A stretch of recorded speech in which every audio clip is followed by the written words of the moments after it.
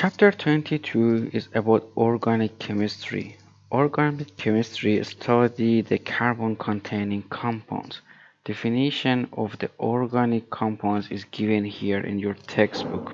It's mentioned we can define organic compounds as covalently bonded compounds containing carbon, excluding carbonates and oxides. Carbonates are CO3 2 minus, or it can be hydrogen carbonate HCO3 2 minus, and oxides include carbon monoxide and carbon dioxide. Example of carbonates are sodium carbonate, it can be potassium carbonate, sodium hydrogen carbonate.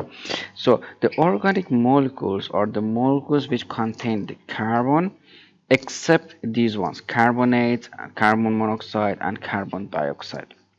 But why the carbon is so special that a big field of the chemistry is dedicated to that one? So what are the features of the carbon which make it unique?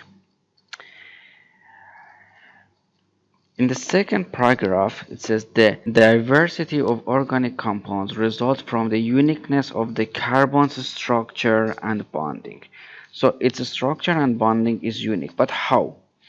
Carbon's electronic structure allows it to bind to itself to form chain or ring, to bind covalently to the other elements, and to bind to itself and other elements in different arrangements. So three main properties of the carbon is mentioned here, which are based on their electronic structure. Because of its uniqueness of electronic structure, it can bind to itself to form chain or ring, it can bind to the other elements covalently, and also it can bind to itself and different elements in different arrangements. You know about the electronic structure of the carbon. The carbon is in group 14, so it has 4 valence electrons, and to become octet it shares these 4 electrons with the 4 other atoms to become octet, or it can share 2 of its electrons with 1 atom, like for example the oxygen. I will explain about each one of these terms which are mentioned here. So let's show how the carbon atoms can bind to itself to form the chain. As I said, the carbon has 4 valence electrons, so it can share one of its valence electron with another carbon atom. Again, the second carbon atom can share one of its valence electron with another carbon atom. Again, this carbon atom can share the electron with another carbon atom. This one again can share one of its electrons with another carbon atom. You can see that they are forming a long chain of the carbon. But as you can see, look at the first carbon here. You can see that the first carbon only shared one of its electrons, so the rest of its electrons also must be shared to become octet. And usually this is done by sharing electron with the hydrogen. So the rest of the electrons, valence electrons, which remains for each carbon, are shared with the hydrogen. This is most of the time. It can be shared with the halogen like the fluorine. They can be shared with the oxygen. They can be shared with the nitrogen and so on. But here I'll show the simplest format of the organic molecule, which shares all of the remaining electron with the hydrogen. So you can see the ability of the carbon to bind to itself forms a chain of the carbon. The length of the chain can be different. 3 carbons can be connected to each other, 4 carbons can connected to each other, even 30, 40, 50 carbons often can be connected to each other. So you can see that you can make a different molecules by just connecting the carbon atom to itself by the covalent bond. As you can see here, if we want to show all of the bonds by the dot, the structure would be very messy. So that's why in the organic molecule and in the organic chemistry, most of the time the bonds are shown by the line. So this structure, I can show it by this one. It has a single bond with the hydrogen, single bond with hydrogen, single bond with another hydrogen, then it has single bond with another carbon. This carbon has 2 single bonds with the hydrogen. It has single bond with another carbon, which that one also has single bond with the hydrogen, and so on. and the last carbon has single bond with the carbon and 3 single bonds with the hydrogen. So again, you can see here clearly that the carbon bonds to itself to form a chain. But at the same time, carbons can bond to themselves to form the ring structure. I want to show how they can bond to each other to form the ring structure. Suppose you have a carbon here. It has 4 valence electrons. It can share one of its valence electron with another carbon here. Again, this carbon can share one of its valence electron with another carbon. This carbon can share one of its valence electron with another carbon. This carbon again can share one of its valence electron with another carbon. This new carbon can share again a valence electron with another carbon here, and this carbon can share valence electron with another carbon, which this one shares again electron with the first carbon. So 2 lone pair remains for itself, and as I said, the rest of the electrons, they share it with the hydrogen, so these electrons are shared with the hydrogen. So here the carbon atoms are bonded to each other and they shared or they form the ring structure. Okay. So if I want to show it by the line, it would be more clear. So this carbon atom shares one electron with this carbon. This one can share one of its electron with this carbon. This carbon can share one of electron with another carbon. This one again with another carbon. This one with another carbon, and this one can share the electron with the first one.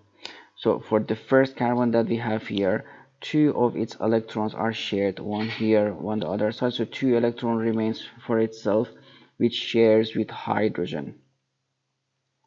This happens for all of the carbons. So you can see all of the carbons has 2 single bonds. It means 2 of their valence electrons are shared with another carbon. So each one of them, 2 electrons remains for themselves, which they share it with the hydrogen.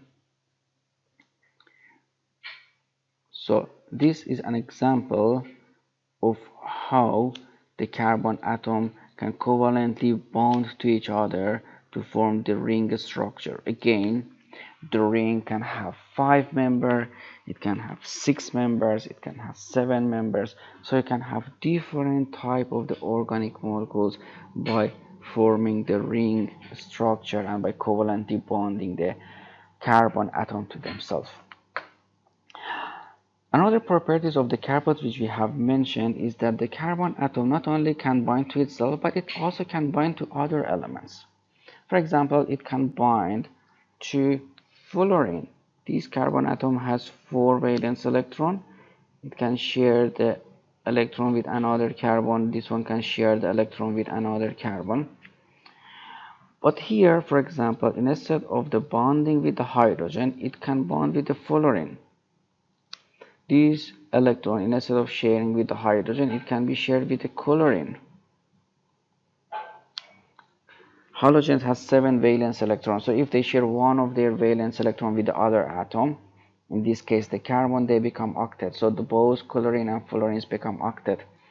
And at the same time, the remaining electrons can be shared by the hydrogen. They can be shared by any atom that can share the electron with the carbon. So again, I can show that this one can share one electron with the carbon. And let me draw another carbon here. So another carbon shares one electron with this carbon and it connects to the chain. 3 electron remains for it. I put 2 electrons here, 1 electron here. These 2 electrons can be shared with the oxygen. Oxygen has 6 valence electrons. If it shares 2 of its electrons, 4 electrons remains for itself, and it becomes octet. And these lone pair can be shared with the hydrogen. If I want to show this structure by the line, you have carbon which shares 3 of its valence electron with the hydrogen, 1 of its valence electron with carbon. This carbon shares one of its valence electron with the hydrogen, one of its valence electrode with the fluorine, shares one of its electron with the carbon. This carbon shares one of its valence electron with the chlorine, one of them with the hydrogen, one of them with another carbon. This carbon shares two of its valence electrode with oxygen, one of its valence electron with hydrogen. So again, you can see the ability of the carbon to bind to different elements. And as you can see here, they can bind in the different arrangement. For example, fluorine, instead of attaching here, it can attach in this position. So I can delete these ones. No, I can put the fluorine here, so it shares one electron with the first carbon, and the second carbon can be hydrogen. So these two molecules are completely different. So that's why the organic molecules are very diverse, and that is because of the uniqueness of the carbon to bind to itself to form the chain and ring, to bind covalently to the other elements. We have shown an example for binding of the carbon to the halogen and oxygen, and they can bind to itself and other element in different arrangements. So we understood why we have a very big group of the molecules which contain the carbon, and we call them organic molecules. Organic compounds are almost available everywhere around you. So from the plastic that we use, from the medicines like the aspirin, inside the living organism, and inside the fruits, in all of these materials you can find the organic compound. So look at the organic compound inside the plastic. These green balls represents the carbon and the blue balls represents the hydrogen. So you can see the carbon atom are joined to each other here to form a ring, to form a chain structure. In the aspirin, carbon atom bond to themselves to form the ring structure, and also bonds with the oxygen. Same thing inside the living organisms. The proteins, the DNA, all of them are organic molecules which the carbon atoms are bonded to each other to form the chain or ring. And this one is example of the citric acid, which is an organic acid which you have inside the citrus fruit. So in all of the organic molecules we have carbon-carbon bonding. This is called catenation. So catenation is the covalent bonding of an element to itself to form the chain and ring. And it's not specific for the carbon. We can have different elements which can do the catenation. One example, for example, is the sulfur atom. The sulfur atom has 6 valence electron. It's in group 16. 1, 2, 3, 4, 5, 6. It can share one electron with another chlorine atom, another sulfur atom. Again, the next sulfur atom can share one of its electron with another sulfur atom. Again, it can share one of electron with another sulfur atom. Okay, each sulfur atom has 6 valence electrons, so they only need to share 2 electrons. So unlike the carbon, these sulfurs which are at the middle are octet and they don't need the hydrogen. But the sulfur which are at the beginning of the chain, it needs to share one more electron with another element. It can be hydrogen, it can be halogen. For example, this one can be shared with the chlorine to become octet. But what is important here is the ability of the sulfur atom to bind to itself to form a chain. This is called catenation. On figure 1 to 2 examples for the organic molecule given, which shows how they can form the chain structure, long chain of the carbon, and how they can form the ring structure by covalently bonding to each other. Sir, I have a question. For example, F2 or Cl2, are they considered like a catenation? No. Okay, so it says to form chain or ring. Okay, when you have Cl2, just 2 chlorines are bonded to each other. They don't consider catenation. Okay.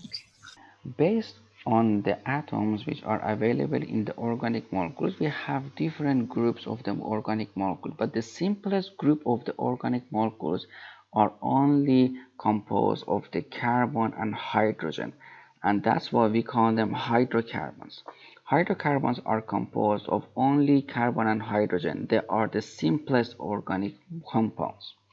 But you have more complicated organic compounds which another atoms are available inside the hydrocarbon backbones, like the oxygen, nitrogen, and sulfur halogens. They are all can be attached to the carbon to form more complex organic molecules.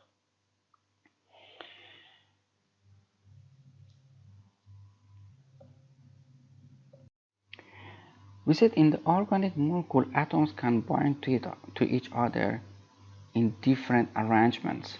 For example, look at these molecules that we have here, C2H6O. So what is given here is a molecular formula. It shows that inside the molecule you have 2 carbons, 6 hydrogen, and 1 oxygen. But these carbons and hydrogens and oxygen can bind to each other in different formats. I want to show you here how they can bind to each other. So the molecular formula is C2H6O. This is the molecular formula. So the molecular formula just tells you what type of the element you have inside the molecule and how many of each one of them. So one of the structures which I can draw here is that 2 carbons are connected to each other.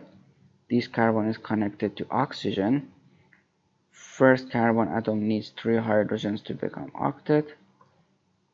The next one needs 2 hydrogen, and the oxygen needs to share only 2 electrons to become octet. So this is one structure for this molecular formula. You can see that in this structure you have 2 carbons, 6 hydrogens, and 1 oxygen. Also, I can connect the atom in this way. Carbon can be connected to the oxygen. This oxygen can be connected to another carbon. 3 hydrogens can be connected to each of these carbons. If you look at this structure, here also you have 2 carbons, 6 hydrogens, and 1 oxygen. So this molecular formula for both of these structures. But because the atoms are bonded to each other differently, they are completely 2 different type of the molecules. They have different properties, they have different chemical reactivities, so they are completely 2 different molecules. These ones are called a structural formula.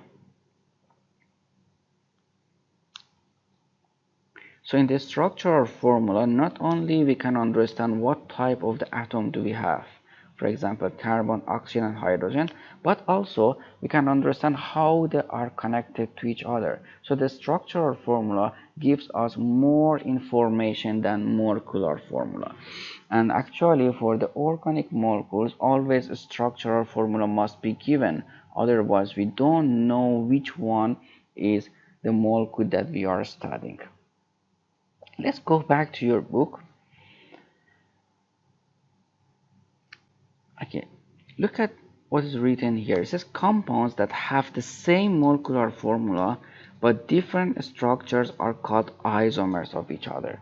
So these 2 molecules which I have drawn here are isomers of each other. We say they are isomers. Isomers are organic molecules which have same molecular formula but different structure. And one more time, I should emphasize that the isomers have different properties. The definition of a structural formula is given here. It says a structural formula indicates the number and the types of the atom present in the molecule and also shows the bonding arrangement of the atoms. So for example, C4H10, this is one arrangement for that. Okay, so if you count the carbon and hydrogen in this structure, you will have 4 carbon and 10 hydrogen. Also, you can have another arrangement for that one. So you can have, for example, carbon connects to carbon, connects to carbon, connects to another carbon, and 10 hydrogens totally connected to the carbons which you have here. So this one is also C4H10, and these two structures are isomers of each other. Okay, when we have a lot of carbon atoms, when they form the ring structure, it becomes very messy to draw all of these bonds. So usually we omit the bond between the carbon and hydrogen. Okay, so instead of here drawing the carbon and 3 bonds with the hydrogen here, we just write CH3. When we write CH3, it means this carbon has single bond with 3 hydrogen. We can't do that because the only possible bond for the hydrogen to form is the single bond. So always hydrogen is connected to the carbon or any other element by a single bond. So that's why usually we don't show the bond between the carbon and hydrogen. We just write CH3. Okay. So what about this one? It has one bond with the hydrogen. So instead of showing this one, I can write here CH. This carbon has 3 bonds with the hydrogen. Instead of showing all of these bonds, I can write CH3. Same thing happens here. Okay, instead of showing these bonds, I can write CH3. And if you look at the next page, the structure is written here. So instead of writing all of these bonds between the carbon and hydrogen, I can simply show the structure like this. So at the beginning, I have carbon with 3 hydrogens, CH3. It's bonded to the carbon with 1 hydrogen. So it's bonded to the carbon with 1 hydrogen. This carbon is bonded to CH3 here and another CH3 here. So it has 1 bond with CH3, 1 bond with another CH3.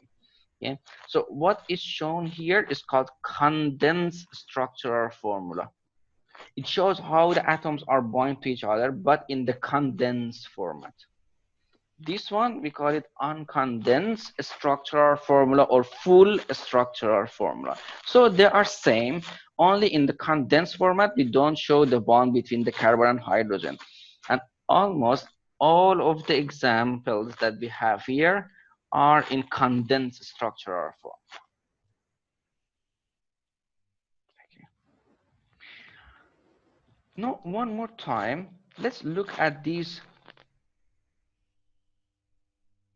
molecules that we have here in uncondensed structural formula. So I want you to tell me how many domains is available around this carbon.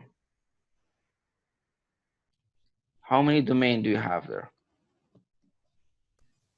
4. 4 domain. 1, 2, 3, 4.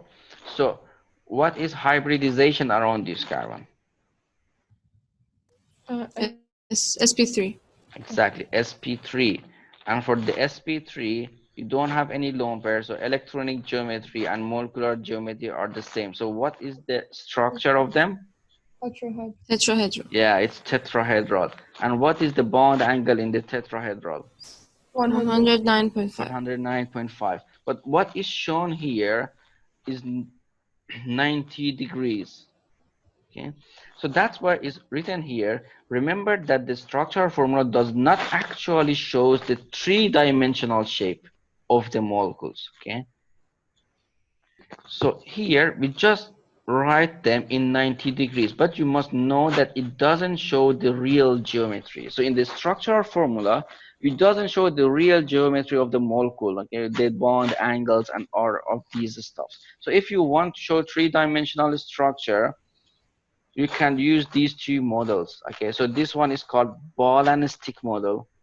This one is called space filling model. They shows these geometry of the molecules. For example, look at this carbon that you have here.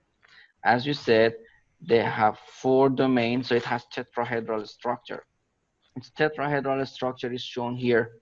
Okay, so these angles are 109.5 degrees. Okay, so remember that the structural formula doesn't show the real bond angle between the molecules.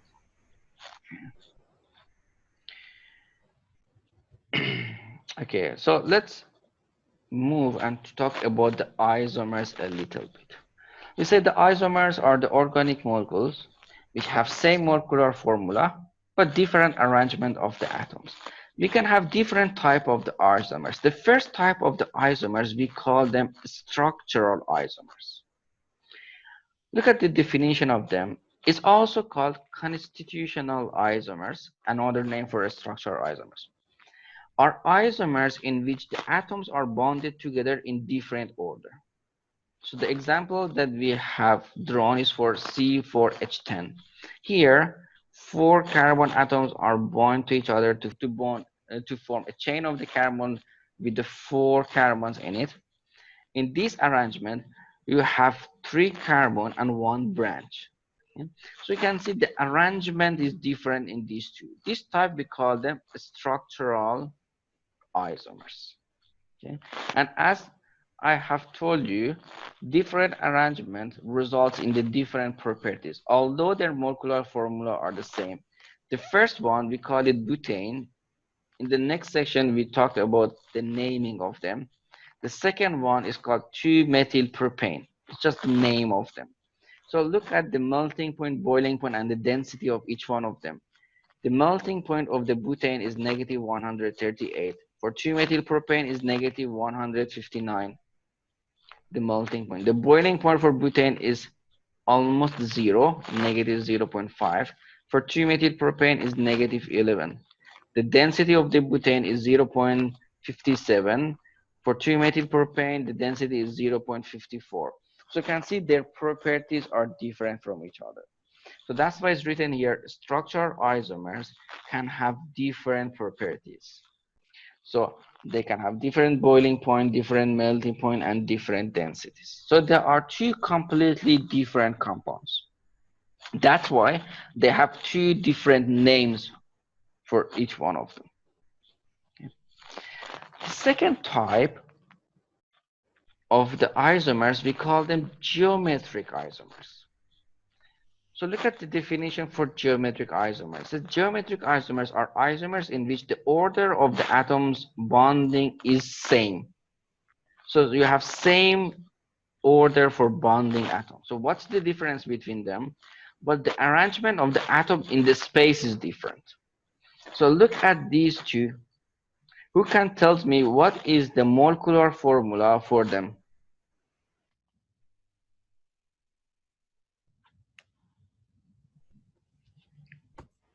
What element do you have here?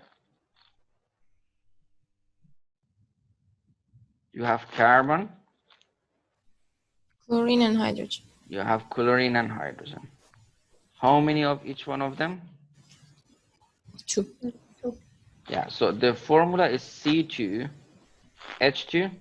Cl2. This is the molecular formula. But what is shown here is the isomers of them. So what is the difference between these 2 isomers?